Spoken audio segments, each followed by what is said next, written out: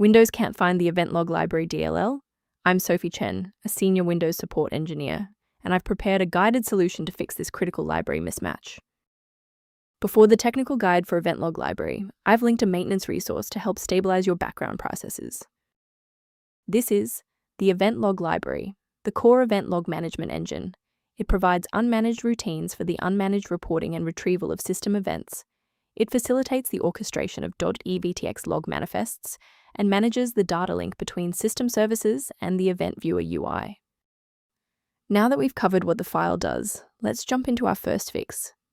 This error typically indicates corruption within the Windows system core.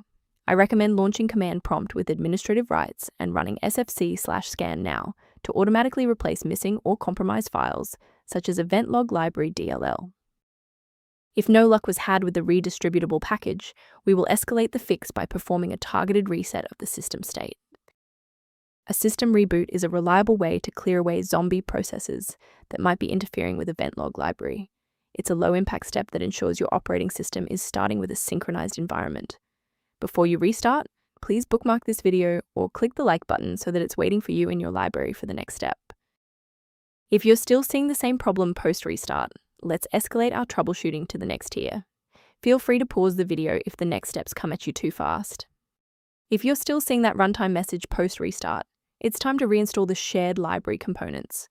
First, go to Control Panel, then select Programs and Features.